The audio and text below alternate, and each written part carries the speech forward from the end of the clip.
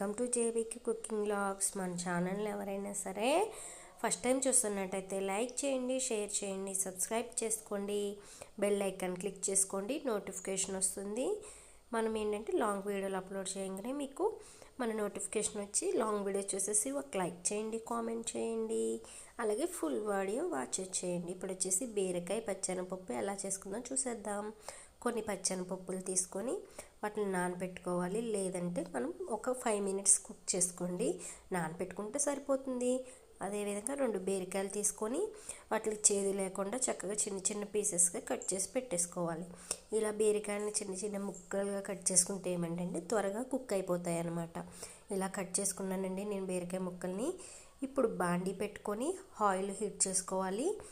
2 table spoon oil వేసి ఒక 2 ఎండుమిర్చి అనేది కట్ చేసి వేసుకోండి. అలాగే ఒక ఉల్లిపాయ కట్ చేసి ఫ్రై చేసేసుకోవాలి. ఇలా ఫ్రై అయిన తర్వాత చక్కగా గోల్డ్ కలర్ వచ్చిన తర్వాత మనం చిన్నగా కట్ చేసుకున్న బీరకాయ ముక్కల్ని ఇందులో వేసేసి పెట్టేసేయాలన్నమాట. చక్కగా కలిపేసుకోవాలి. బీరకాయ ముక్కలు యాడ్ చేసేసుకొని ఉల్లిపాయ ముక్కలు వేగిపోయాయి కదా, యాడ్ చేసేసుకొని తిప్పేసి 1 నిమిషం అనేది మూత పెట్టేసుకోండి. ఎందుకంటే ఆటోమేటిక్గా బీరకాయలో వాటర్ ఉంటుంది కాబట్టి ఆ వాటర్తోని బీరకాయ అనేది కుక్ అయిపోతుంది. ఇప్పుడు చూద్దాము, నీరు అనేది ఆటోమేటిక్గా వచ్చేస్తుంది బీరకాయలో.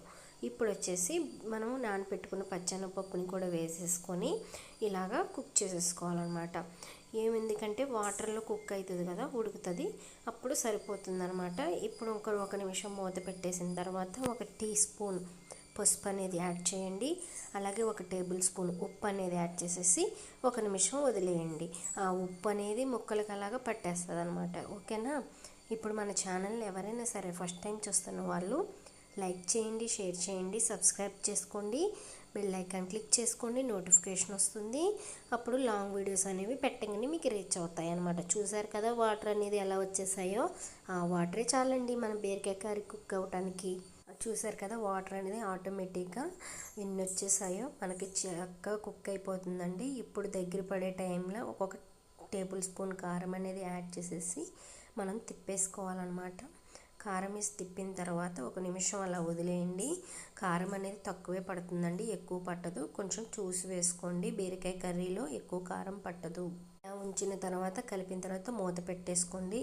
ఇప్పుడు చూసినట్టయితే చూసారు కదా పైకి వచ్చేసింది, ఆయిల్ అంతా తేలిపోయింది కదా. అంతేనండి, ఎంతో టేస్టీగా ఉండే మన బీరకాయ కర్రీ రెడీ అయినట్టే. దీన్ని మనం సర్వింగ్ బౌల్లోకి తీసేసుకుందాం. ప్లీజ్ మన ఛానల్ ఎవరైనా సరే ఫస్ట్ టైం చూస్తున్నట్టయితే లైక్ చేయండి, షేర్ చేయండి, సబ్స్క్రైబ్ చేసుకోండి, బెల్ ఐకాన్ క్లిక్ చేసుకోండి, నోటిఫికేషన్ వస్తుంది. Thank you your support. Next వీడియోలో కలుద్దాం.